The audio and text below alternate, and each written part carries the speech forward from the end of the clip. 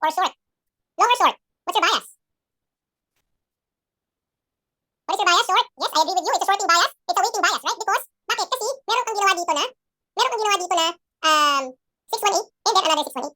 Right? So, anong magandang PP area dyan? Right? I was scalping habang nagsalita si Mentor Medj kanina. I was scalping. No?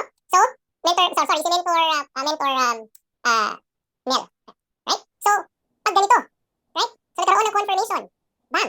60,400. Right? So, what do we do now? Okay. Unang-una, weekend. Pangalawa, meron kang matibay na 618 dito. Okay.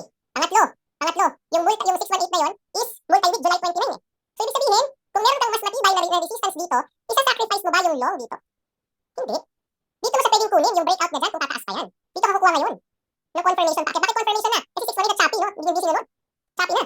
Kahit horizontal yan, sabi natin pag tabo trade, wala ka ng CCC, choppy.